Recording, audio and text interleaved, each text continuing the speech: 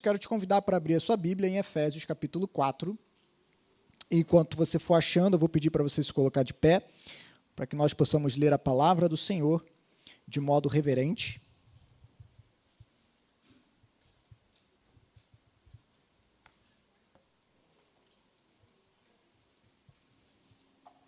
Efésios, capítulo 4.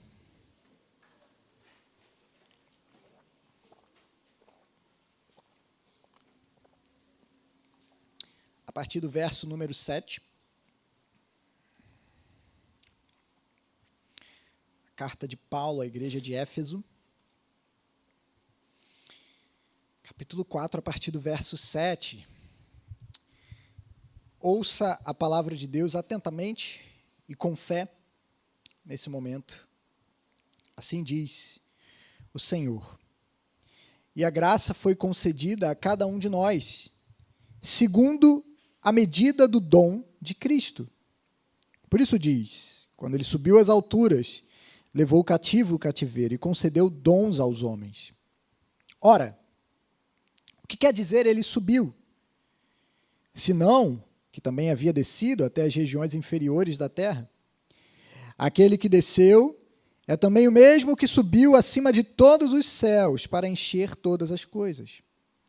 E ele mesmo concedeu uns para apóstolos, outros para profetas, outros para evangelistas e outros para pastores e mestres, com vistas ao aperfeiçoamento dos santos, para o desempenho do seu serviço, para a edificação do corpo de Cristo, até que todos cheguemos à unidade da fé e do pleno conhecimento do Filho de Deus, ao estado de pessoa madura, à medida da estatura da plenitude de Cristo, para que não mais sejamos como crianças, arrastados pelas ondas e levados de um lado para o outro por qualquer vento de doutrina, pela artimanha das pessoas, pela astúcia com que induzem ao erro.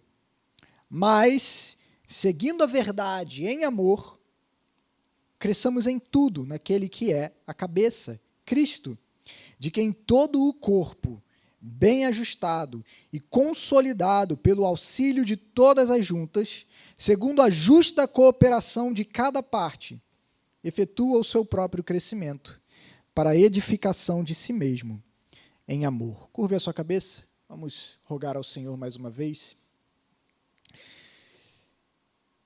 Senhor Jesus Cristo, Tu que governas e edifica a Tua igreja, conduza-nos, Deus, de acordo com a Tua palavra, a sermos edificados em Cristo para a glória do Teu nome. Amém. Pode se sentar?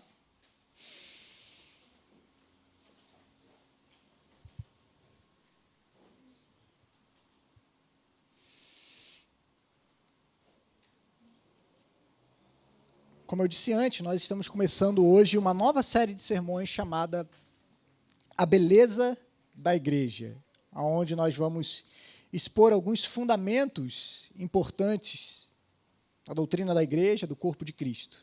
Nós começamos hoje.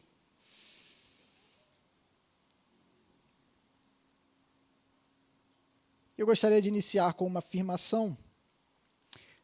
A edificação e beleza da igreja dependem muito de sua ordem. A edificação e a beleza da igreja dependem muito de sua ordem.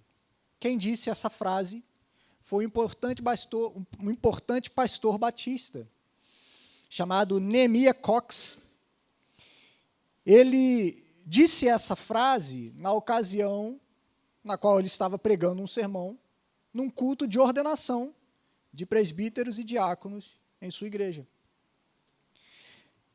E é uma frase que nos faz pensar, porque o Nehemiah Cox está propondo para nós que a edificação e a beleza da igreja dependem da sua ordem. Por ordem aqui, ele não está se referindo a um imperativo, mas aquilo que é algo que ordena, algo que é ordenado, algo que é estruturado.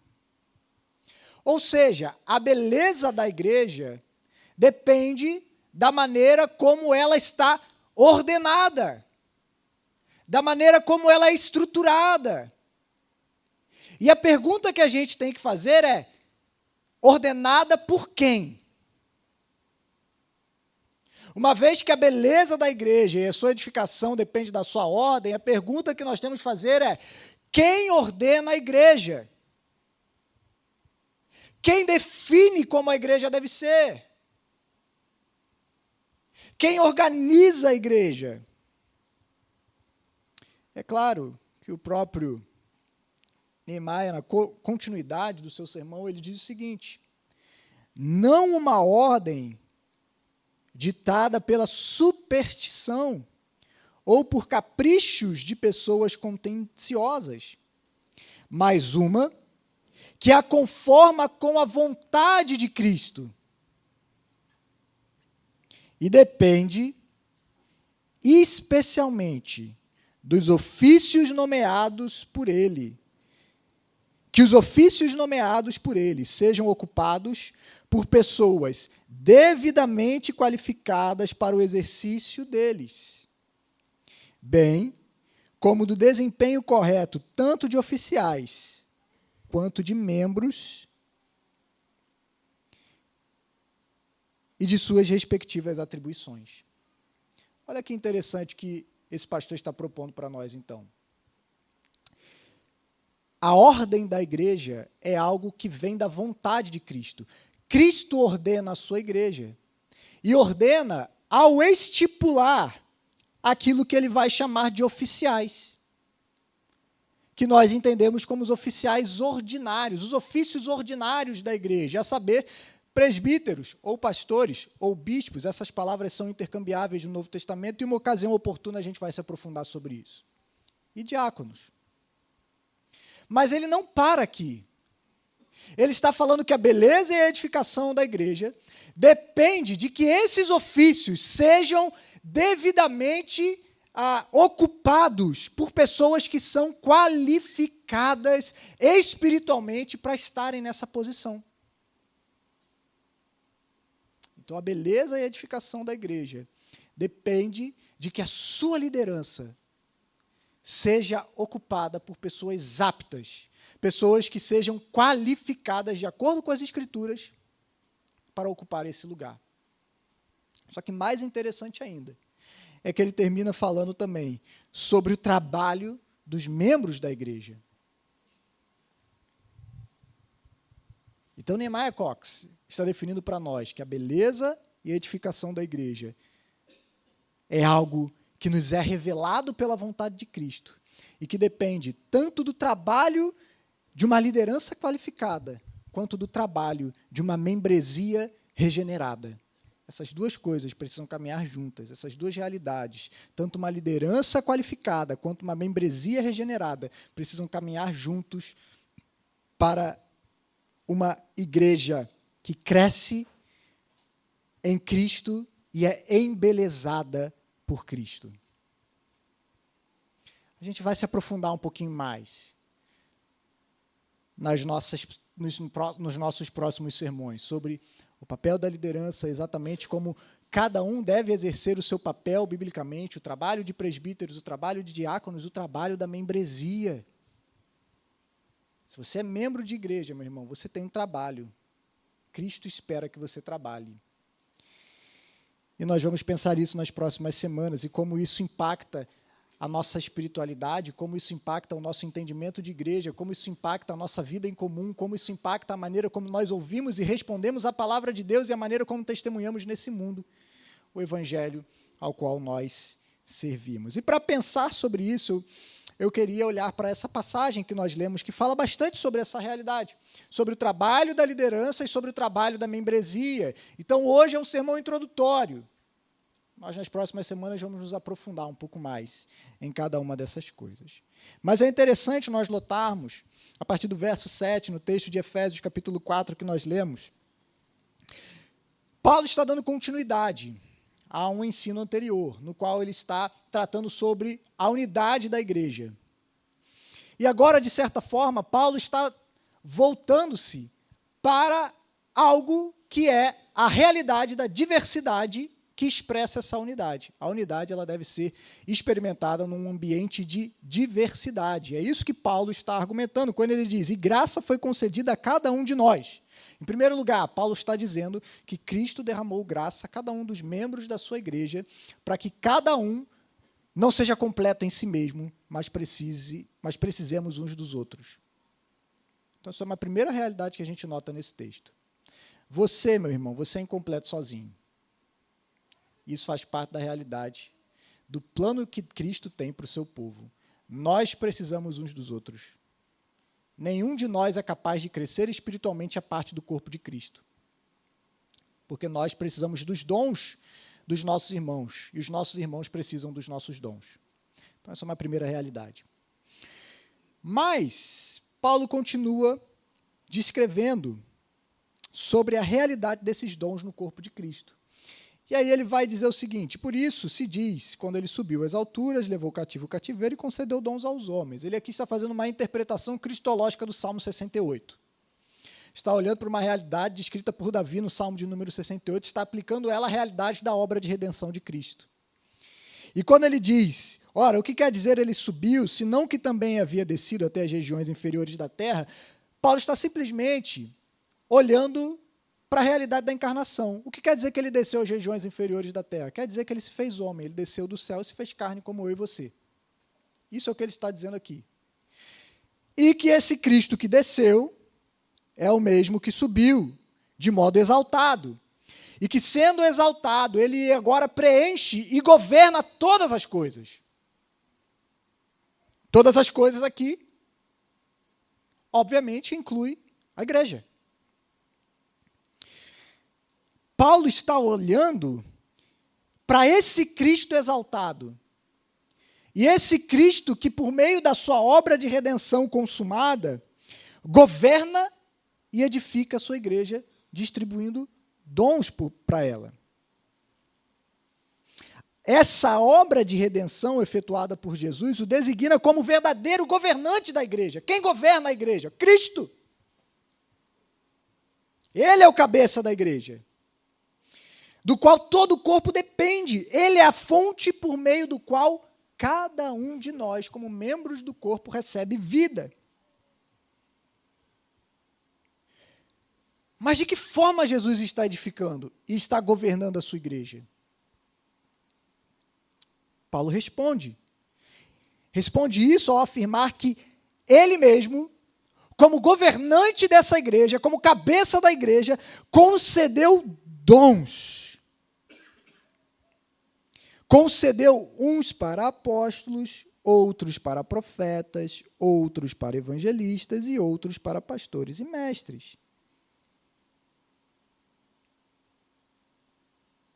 O próprio Cristo é quem concede, então, líderes humanos, capacitados pela graça, para guiarem o seu povo por meio da sua palavra. É interessante a gente notar que Paulo diz que Jesus concedeu dons e depois ele descreve ofícios. Ele não está falando de dons especificamente, mas está falando de ofícios que são desempenhados por pessoas. O que indica para nós que esses ofícios só podem ser executados corretamente através de uma capacitação divina. Ou seja, é pela graça que alguém é capaz de liderar o povo de Deus. Nenhum homem está apto para a obra,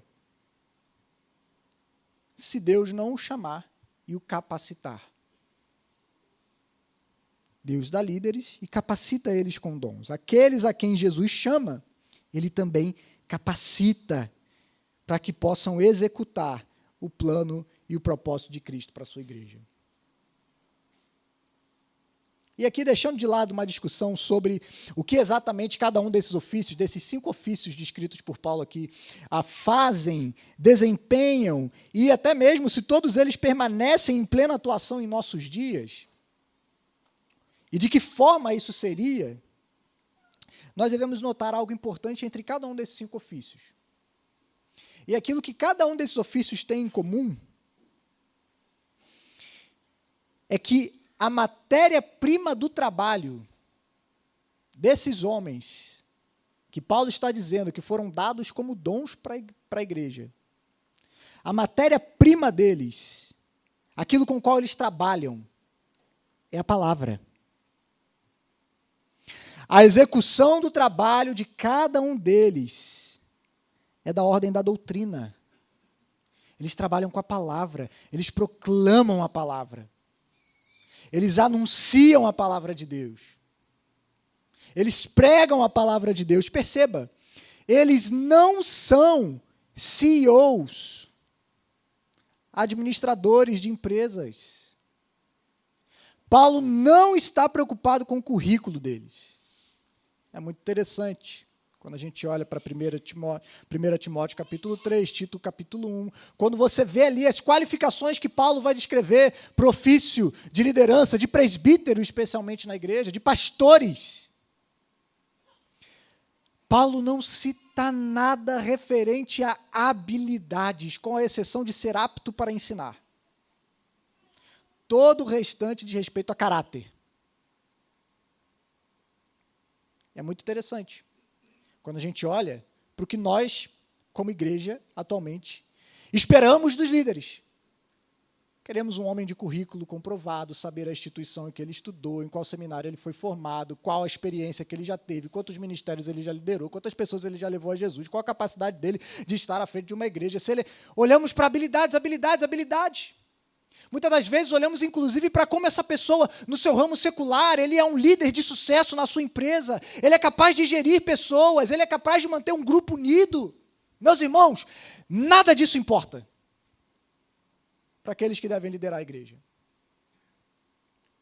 Eles não são administradores, eles não são terapeutas. Paulo não está preocupado se eles são capazes de fazer com que você se sinta bem consigo mesmo. E que no dia seguinte você esteja feliz e não sabendo lidar com os problemas e as complexidades da vida. Não. Não é isso o trabalho de um pastor, não é isso o trabalho de um líder na igreja. Eles não são animadores de palco, não são coaches, não são pessoas do ramo do entretenimento, que lideram uma igreja com o objetivo de fazer com que as pessoas saiam entretidas, saiam animadas, saiam divertidas, saiam das igrejas agora prontas para mais uma semana. Não é esse o objetivo. Eles não são coaches. Todos esses ao qual Paulo descreve aqui têm algo em comum. Eles lidam com a palavra. O trabalho desses homens, o trabalho dos líderes na igreja está intimamente ligado à palavra de Jesus. Isso tem implicações importantes para o exercício da liderança e do governo na igreja. Que implicações são essas? Aqueles que exercem liderança na igreja o fazem única e exclusivamente por meio da palavra. Ou seja, a autoridade de um líder espiritual, ela é relativa e ela é derivada, relativa à palavra de Deus e derivada da palavra de Deus. Eles não possuem autoridade por si mesmos, mas somente enquanto eles mesmos estão submissos à palavra de Deus. E é por isso, meus irmãos, que nós vemos tantos charlatões que inventam doutrinas, que inventam coisas, que dizem que não estão de acordo com a palavra de Deus, que dizem que se você sair da igreja você vai perder bênção espiritual, você vai perder cobertura espiritual, que dizem coisas que não estão de acordo com a palavra de Deus. Meu irmão, você tem obrigação moral de rejeitar esse ensino, não importa quem seja. Porque a autoridade de uma liderança eclesiástica não está no cargo dele em si, está no fato de que essa pessoa é submissa à própria palavra de Deus.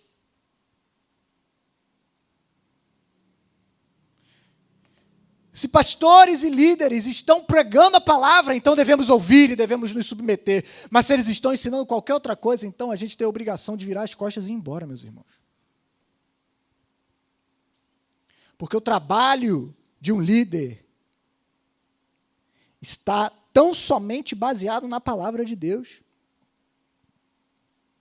Nós devemos ouvir a nossa liderança espiritual tão somente enquanto eles estão baseados na palavra, porque, em última instância, a autoridade do seu ensino não está baseada no cargo, mas na palavra que eles pregam.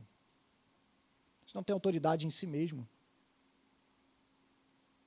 A autoridade deles é derivada da palavra. E por isso nós temos uma conclusão importante sobre o assunto que nós estávamos falando. Começamos dizendo que Cristo governa a sua igreja. E como Cristo governa a sua igreja? Através da sua palavra. Cristo governa a igreja através da palavra. Mas ele faz isso ao chamar e capacitar líderes humanos que proclamarão a sua palavra. Essa é a economia, esse é o jeito que Jesus escolheu para reger o seu povo, através da palavra que será proclamada por uma liderança capacitada e qualificada de acordo com os quesitos bíblicos para essa função. E de que forma, então, é o trabalho da liderança? Como eles atuam? Paulo vai descrever para nós a partir do verso 12, quando ele vai dizer: com vistas ao aperfeiçoamento dos santos, para o desempenho do seu serviço, para a edificação do corpo. Uma vez que a autoridade da liderança espiritual ela é derivada da palavra, então o seu principal trabalho consiste em treinar uma congregação a ouvir e responder a palavra de Deus. Mais uma vez, o trabalho de uma liderança espiritual, meus irmãos, é treinar os membros da igreja a ouvirem a palavra e a responderem com fé e obediência à palavra de Deus. Esse é o principal trabalho de um pastor, de um pregador, de uma liderança espiritual. Talvez a melhor imagem que nós teríamos aqui, de acordo com o que Paulo está falando, é de um treinador de futebol. Ele está lá ensinando, demonstrando, dizendo como o time deve atuar, mostrando como cada jogador vai atuar em cada posição, o que cada um deve fazer, de acordo com o quê? De acordo com a palavra de Deus. Ele está treinando cada membro do corpo de Cristo para atuar em suas posições, enquanto ele mesmo também é um treinador que atua. Lembra? Teve uma época que tinha um jogador conhecido, Veron, se eu não me engano. Acho que até Romário fez isso durante um tempo. Ele era treinador e jogador, às vezes ele se escalava para jogar. Segundo a imagem de Paulo, segundo o que Paulo está tratando aqui, essa é uma imagem apropriada para entender o papel da liderança. Eles são treinadores que vão ensinar a igreja a ouvir a palavra de Deus e a agir de acordo com essa palavra. E eles fazem isso de duas formas. De que forma essa liderança faz isso? Em primeiro lugar, através do ensino, através da doutrina, e através do modelo, ou seja, através de um exemplo prático de como viver aquilo que eles estão pregando. Então, os membros de uma igreja, eles devem ser capazes de olhar para os seus líderes e considerá-los como pessoas que estabelecem o padrão de como eles devem viver e pensar. Que responsabilidade, né? Uma responsabilidade tremenda. E é por isso que Tiago adverte: não queiram muito de vocês serem mestres, porque serão cobrados em dobro. Há uma responsabilidade que pesa sobre a liderança da igreja. Nós vemos isso, por exemplo, em Hebreus capítulo 13, verso 7, quando o autor da epístola diz assim: lembrem-se dos seus líderes, os quais pregaram a palavra de Deus a vocês, e considerando atentamente o fim da vida deles, imitem a fé que tiveram. Então, uma atribuição que uma liderança espiritual deve ter é a capacidade de que as pessoas possam olhar para eles e imitar a fé deles. Imitar a maneira como eles vivem. Não é isso que Paulo diz reiteradamente em suas epístolas? Sejam meus imitadores. Sejam meus imitadores. O cristianismo não tem espaço para autenticidade, meu irmão. Todos nós estamos copiando a Cristo. E estamos fazendo isso ao copiar aqueles que estão imitando a Jesus. Essa é a cadeia do discipulado. Nós imitamos homens e mulheres que estão imitando a Jesus, e outras pessoas estarão imitando você, e seguindo a Jesus por meio do seu exemplo e do seu ensino. Escrevendo para Timóteo, Paulo também diz, ordena e ensina estas coisas, ninguém despreze a tua mocidade, pelo contrário, torna-te padrão dos fiéis. Olha o que Paulo está dizendo, torna-te padrão, torna-te um modelo, torne-se um exemplo para os fiéis. Um exemplo em quê? Na palavra, no procedimento, no amor, na fé, na pureza. Timóteo, os membros da igreja, a igreja de Éfeso que Timóteo estava pastoreando, precisavam olhar para o seu pastor e ver um exemplo.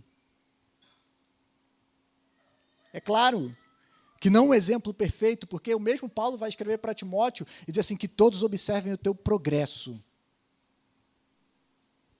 Mas é preciso, a liderança da igreja precisa ser digna de ser imitado. E é isso que uma igreja deve esperar dos seus líderes. Meus irmãos, é isso que vocês como membros devem esperar de mim como pastor, dos presbíteros que serão levantados em nossa igreja, dos diáconos, dos líderes de ministério. Pessoas dignas de serem imitadas. Isso é uma responsabilidade tremenda. Então, como resultado de Cristo dar homens capazes de liderar de forma piedosa e fiel através da palavra, com ensino e com exemplo, aqui em primeiro lugar, o que acontecerá é o aperfeiçoamento dos santos, verso 12, com vistas ao aperfeiçoamento dos santos para o desempenho do seu serviço, para a edificação do corpo de Cristo. Sabe o que é interessante com essa palavrinha aperfeiçoamento que Paulo usa aqui? É que ela originalmente era usada para descrever aquilo que tem simetria e proporção. Sabe o que isso significa? Beleza. Hoje em dia as pessoas dizem beleza é relativo, né? Beleza é relativa. Um conceito clássico de beleza, ele é objetivo. Está muito relacionado à sua simetria e à sua proporção. Quando nós vemos algo que é simétrico, que tem proporções adequadas, nós olhamos e falamos, isso é belo. Isso é bonito. O que a gente acha uma pessoa bonita? Geralmente porque a gente olha e a gente vê que o rosto daquela pessoa tem proporções simétricas. Está ali. E tantas outras coisas, uma pintura. Por que a gente vê um quadro de Da Vinci, de Rembrandt, de tantos pintores clássicos, você olha e fala assim, ah, beleza naquilo ali. Não tem como negar que aquilo é belo. Por quê? Porque a simetria, a proporção, as coisas estão nos lugares certos, nos tamanhos certos, nas cores certas, a proporção, a beleza. E Paulo está dizendo que por meio do ministério de uma liderança fiel, a igreja vai sendo embelezada, ela vai sendo aperfeiçoada. Por quê? Porque cada parte do seu corpo, do corpo de Cristo, vai entendendo o seu lugar, o seu papel, vai desempenhando o seu serviço. Então, a liderança treina com base na palavra para que cada membro seja capaz de servir de modo adequado no corpo de Cristo. Para que cada membro seja capaz de ouvir essa palavra e então agir para desenvolver o seu papel e o seu trabalho. Não apenas a liderança tem um trabalho, todos os membros têm um trabalho a desempenhar e são treinados pela liderança para esse fim. Um segundo resultado do trabalho de uma liderança fiel é a maturidade. Paulo vai dizer, no verso 13, até que todos cheguemos à unidade da fé e do pleno conhecimento do Filho de Deus, ao estado de pessoa madura, à medida da estatura da plenitude de Cristo. Então, o grande objetivo do ministério de liderança na igreja é conduzir os membros à maturidade espiritual. E isso se dá como? À medida em que eles conhecem a Cristo e são conformados à sua imagem. Como você identifica um membro maduro de uma igreja? À medida em que ele é conformado à imagem de Cristo, à medida em que ele se parece mais a cada dia com Jesus. E é por isso que pastores pregam a palavra de Cristo, para que você ouça a palavra de Cristo e para que você se torne a cada dia mais parecido com Cristo. Veja só, Paulo em Gálatas, capítulo 4, verso 19, diz o seguinte: meus filhos, por quem de novo estou sofrendo dores de parto até que Cristo seja formado em vocês. Uma linguagem paterna, materna. Paulo está ali dizendo que está gerando aqueles membros da igreja da Galácia, até que Cristo seja formado neles. Isso gera dor em Paulo. Em Colossenses 1, 28 e 29, Paulo diz: este Cristo nós anunciamos, advertindo a todos e ensinando a cada um em toda sabedoria, a fim de que apresentemos cada pessoa perfeita ou madura em Cristo. É para esse fim que eu me empenho, esforçando-me o mais possível, segundo o poder de Cristo, que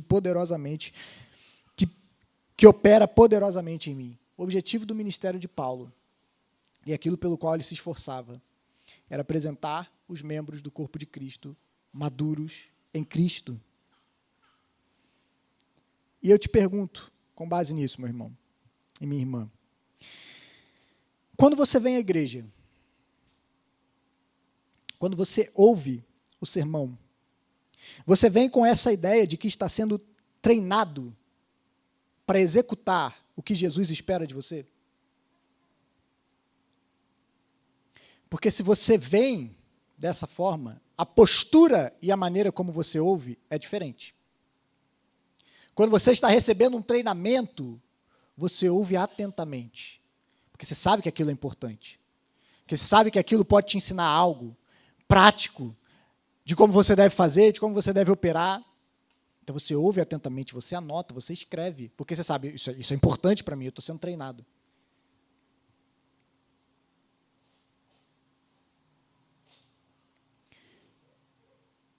Você tem aproveitado essas oportunidades como uma forma de receber instrução e treinamento, ou você tem sido um ouvinte negligente? Ou você tem vindo para a igreja, você tem ouvido sermão, como alguém que está ouvindo só mais uma música, como era o povo de Israel. O profeta Ezequiel, ele traz essa queixa ao povo de Israel. Vocês vêm até mim como se eu fosse só mais um cantor de música romântica. Estou pregando para vocês a palavra de Deus, vocês vêm como se eu estivesse contando uma historinha de romance para vocês. É assim que você ouve a palavra de Deus? Ou você vem empenhado em saber que hoje a palavra de Jesus será aberta, hoje Deus vai falar e hoje o Senhor vai me ensinar algo importante para a minha vida que eu precisarei vivenciar no meu dia a dia.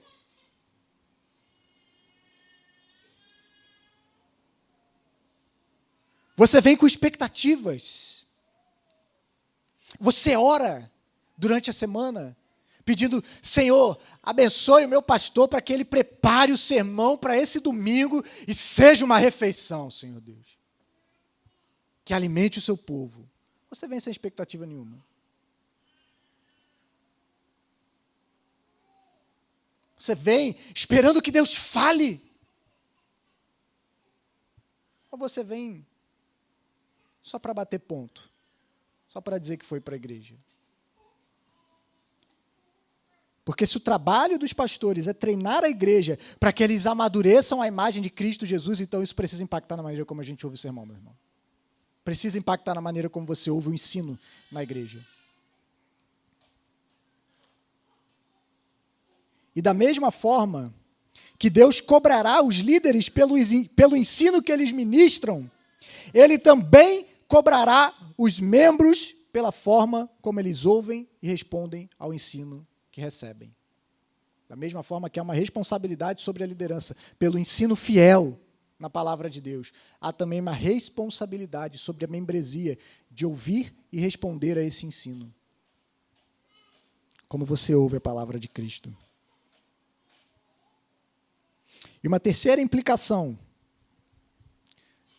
do trabalho da liderança na igreja é a maturidade que vem por meio do treinamento na palavra, que nos capacita a resistirmos ao erro e à falsa doutrina. Paulo vai dizer no verso 14, para que não mais sejamos como crianças, arrastados pelas ondas e levados de um lado por outro, por qualquer vento de doutrina, pela artimanha das pessoas, pela astúcia com que induzem ao erro. Então, meus irmãos, a forma como Cristo escolheu edificar a igreja é através do ministério da palavra, exercido por uma liderança fiel e piedosa, que ensina e vive a palavra, servindo de modelo e padrão a ser imitado. Como João Calvino disse, reformador de Genebra, a igreja é a mãe comum de todos os piedosos, a qual suporta, ensina e governa no Senhor, tanto reis como súditos. É por meio do ministério da igreja que cada um, não importa se é um rei ou se é um súdito, o maior ou o menor, cada um que pertence ao corpo de Cristo é ensinado por meio da igreja e do ministério de ensino no meio da igreja. E isso tem implicações seríssimas na maneira como nós entendemos a igreja. De tal forma que aqueles que negligenciam o ministério da igreja pretendem se fazer-se mais sábios do que Jesus. Jesus estabeleceu que o amadurecimento do corpo de Cristo se daria no seio da igreja, por meio do ministério da palavra, sendo pregado, ensinado em diversas circunstâncias, em diversos ambientes, não só no púlpito, mas nas conversas, nos pequenos grupos, nas reuniões de oração, nos aconselhamentos. A palavra de Deus deve estar, em todo momento, sendo pregada e ensinada. E quando nós negligenciamos estar reunido com o povo de Cristo, para receber esse ensino, para receber essa instrução, para receber esse treinamento, nós estamos dizendo, Jesus, eu sei o que é melhor para o meu crescimento, para o meu amadurecimento espiritual. O Senhor definiu as coisas dessa forma, mas eu prefiro fazer sozinho, eu prefiro fazer de outro jeito. Eu prefiro crescer na minha casa. Eu prefiro ler a Bíblia na minha casa, sozinho. Embora isso tenha o seu papel e a sua importância, mas isso não é suficiente, meu irmão. Não é assim que Cristo estabeleceu a maneira que os membros do seu corpo seriam edificados e instruídos em sabedoria e treinados para se parecerem com Jesus. Jesus mesmo definiu como a sua igreja seria edificada. Nós não podemos achar que somos mais sábios do que ele. Isso tem algumas implicações importantíssimas para nós. A primeira delas é que quando nós nos reunimos, como o Tiago falou aqui no início do culto, nós não estamos sendo apenas informados. Você não está recebendo apenas informação. Nós estamos sendo formados pela palavra de Cristo. Quando nós nos reunimos, meus irmãos, sabe o que Jesus está fazendo? Jesus está embelezando a sua igreja. Cada vez que nós nos reunimos para ouvir a palavra sendo pregada, nós estamos sendo formados, Cristo está embelezando o seu corpo, está ataviando a sua noiva, está trabalhando em nós por meio do seu Espírito e da sua palavra, nós estamos sendo ministrados, Cristo está governando por meio da sua palavra.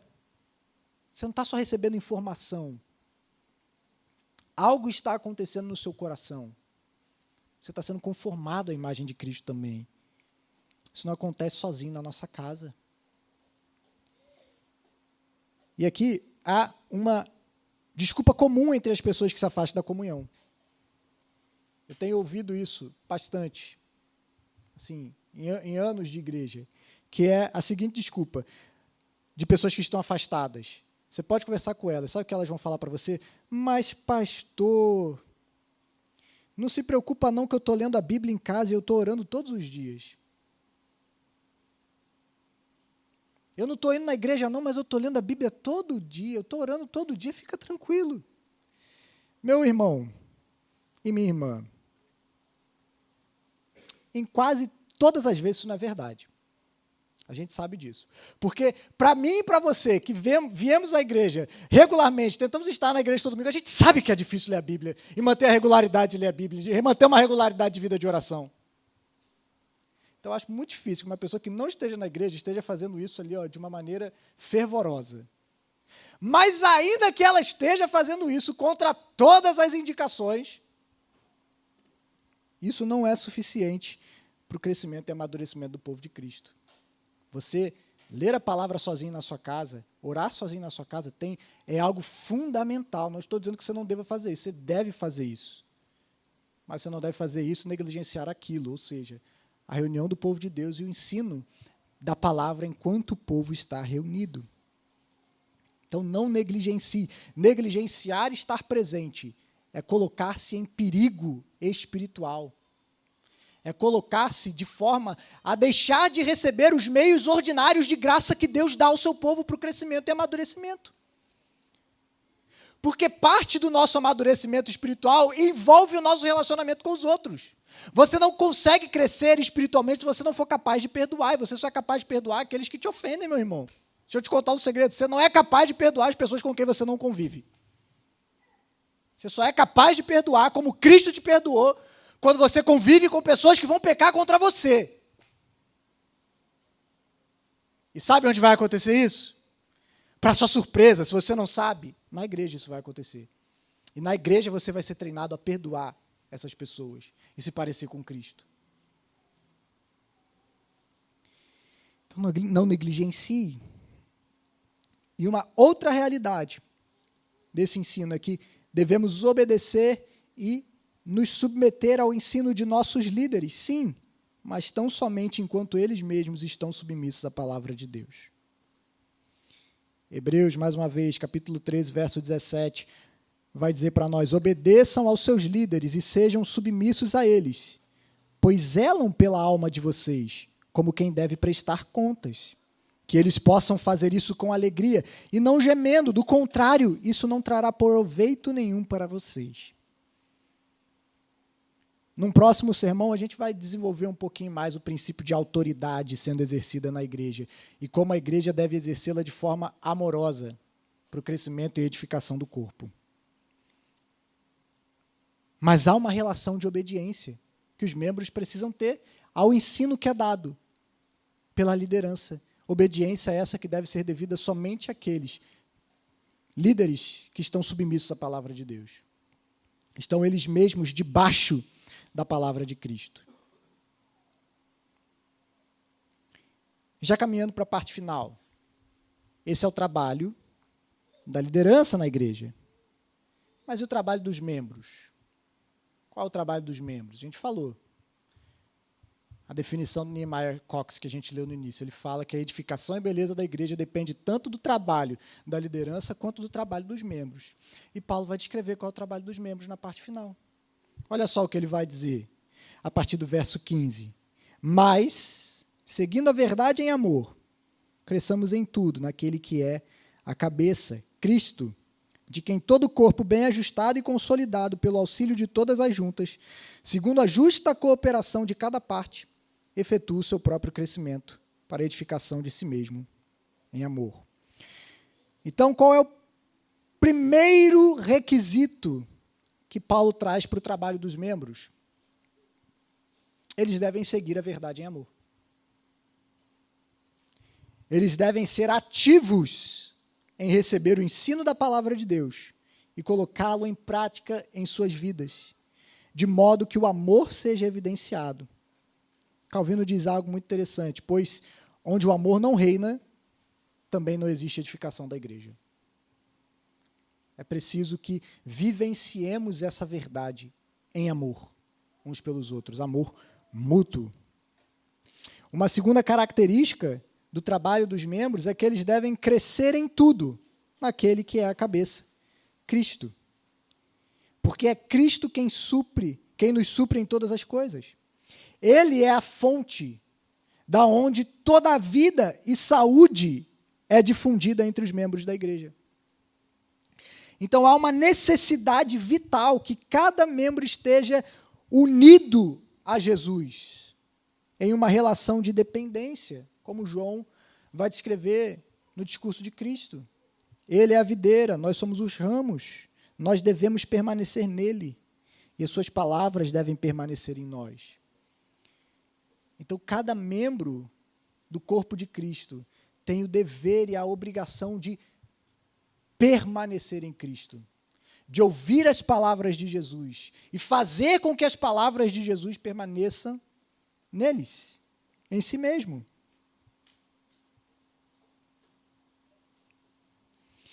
E um terceiro papel do trabalho dos membros, aqui nesse texto, é que unidos a Cristo, cada membro também está unido uns aos outros e tem um papel fundamental para a saúde do corpo todo.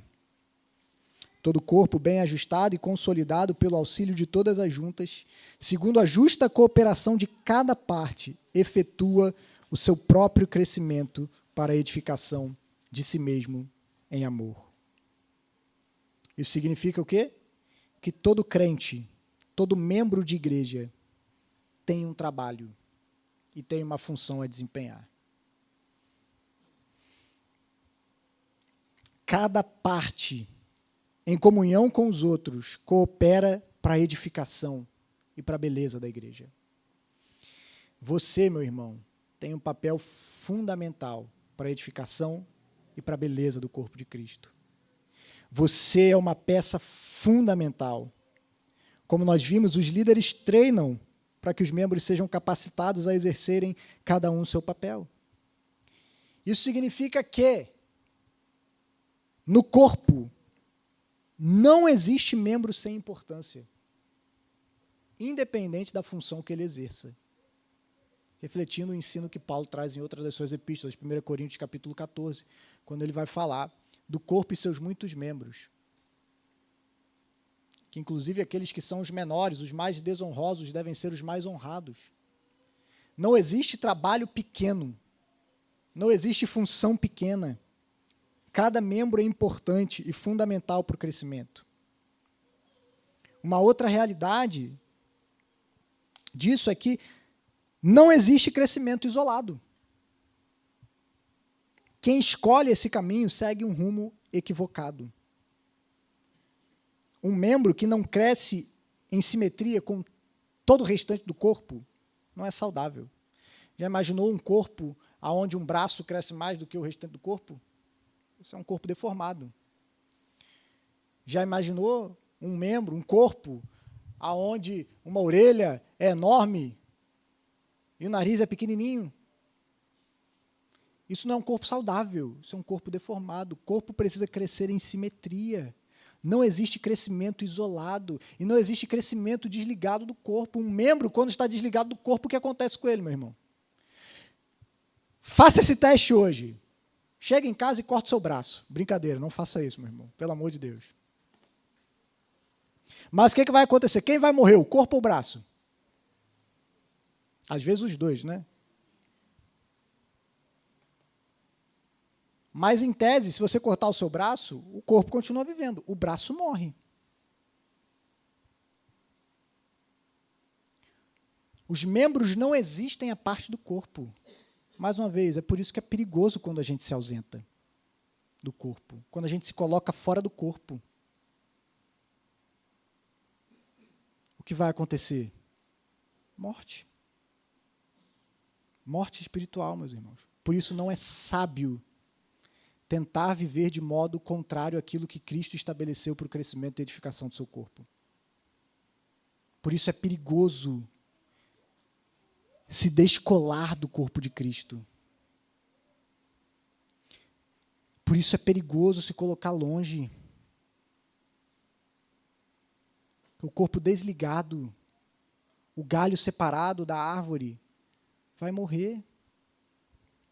Vai morrer. Nós precisamos crescer com o corpo. Um membro saudável trará saúde para todo o corpo. E uma outra realidade é que todo ministério na igreja deve visar o bem do corpo e deve ser executado com base no amor mútuo, sem o qual o corpo de Cristo não pode desfrutar saúde. Sem o amor mútuo, Paulo vai terminar. Cada parte efetua o seu próprio crescimento para a edificação de si mesmo em amor. Cristo está edificando a igreja. Paulo diz isso no início do texto. No final do texto, ele diz que a própria igreja está edificando a si mesma. A igreja só faz aquilo que Cristo já está fazendo nela. Cristo está atuando em nosso meio, mas nós precisamos fazer aquilo que Ele nos chama a fazer. Há um trabalho para cada um de nós como membros do corpo, que deve ser executado em comunhão com o corpo, para o crescimento do corpo e em amor mútuo. Não deve ser feito visando o reconhecimento pessoal, o crescimento pessoal. Não deve ser feito visando com que eu seja conhecido, eu seja famoso, eu seja aplaudido. Mas o meu e o seu ministério, meus irmãos, no corpo de Cristo, deve ser visando o bem do corpo.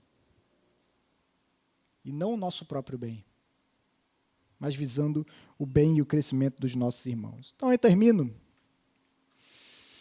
com algumas verdades. A beleza da igreja reside no fato de que o próprio Cristo está edificando e formando um povo através da palavra.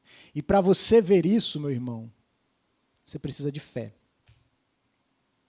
Porque essa igreja que está sendo edificada hoje,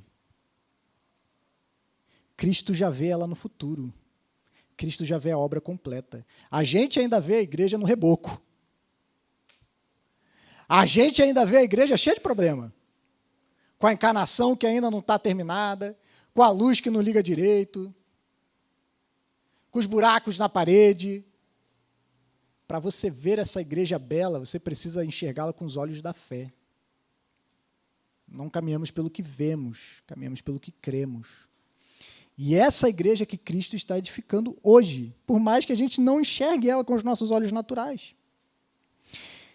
E para que essa igreja seja embelezada, é necessário que tanto a liderança quanto os seus membros se submetam ao cabeça e se deixem ser edificados por ele e para a glória dele. Todos nós somos chamados a cooperar com Jesus no embelezamento da sua igreja. E essa é uma tarefa que muitas das vezes não vai ser fácil. Não vai ser fácil. Porque essa igreja ainda não é perfeita. Porque ela ainda está repleta de pecadores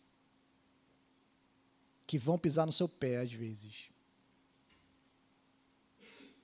Que às vezes vão pisar no seu calo, que às vezes vão te machucar.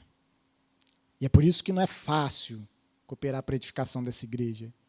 Vai ter muitos desafios, mas quando nós finalmente vermos a noiva completamente embelezada, no dia das bodas do Cordeiro, quando você puder olhar para aquele grande encontro do noivo com a noiva, você saberá que todo o trabalho terá valido a pena, que cada esforço terá valido a pena, quando estivermos com Cristo e a noiva estiver completamente embelezada, a igreja estiver finalmente edificada.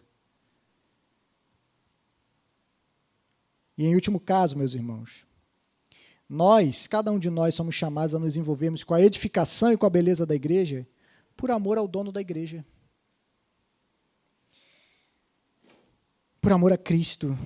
Se você não ama Jesus, você não será capaz de se envolver com o que Jesus está fazendo. Se você não ama Jesus, você não vai ser capaz de amar a igreja. Se você não ama Jesus, você não vai se preocupar com a noiva de Jesus. Mas se você ama Jesus, você se importará com a edificação e com a beleza da igreja. Você tem um trabalho, meu irmão. Nós temos um trabalho. E aí? Você está disposto a aceitar esse trabalho? Você está disposto a ouvir a palavra e fazer aquilo que Cristo está te chamando para fazer? Ser edificado pela palavra, ser transformado, ser conformado à imagem de Cristo? Cooperando para o crescimento, para o embelezamento da igreja?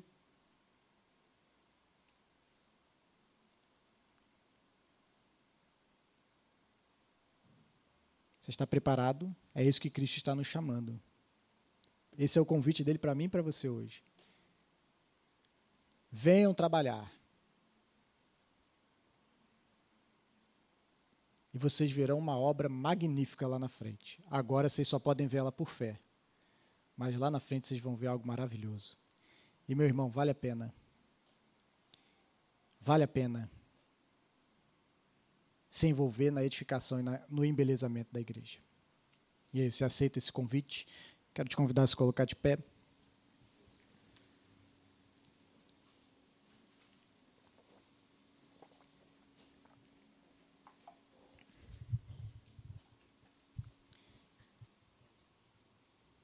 Senhor Jesus,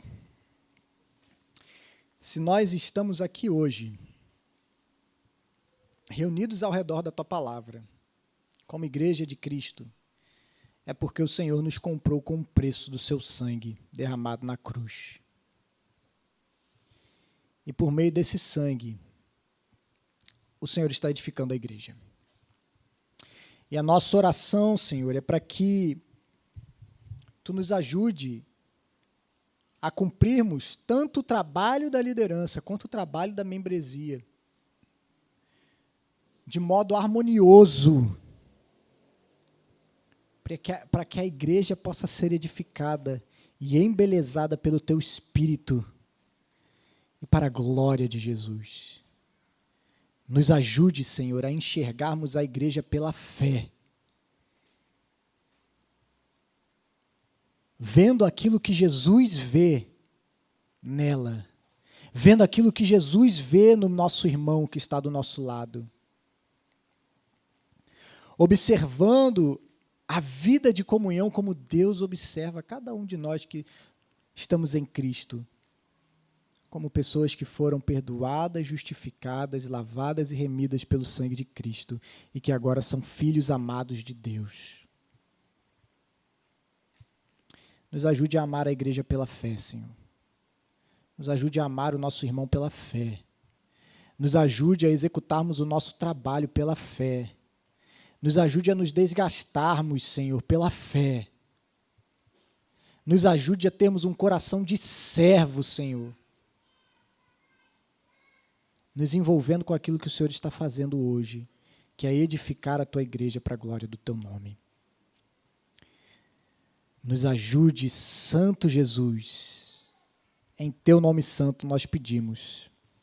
Amém e amém.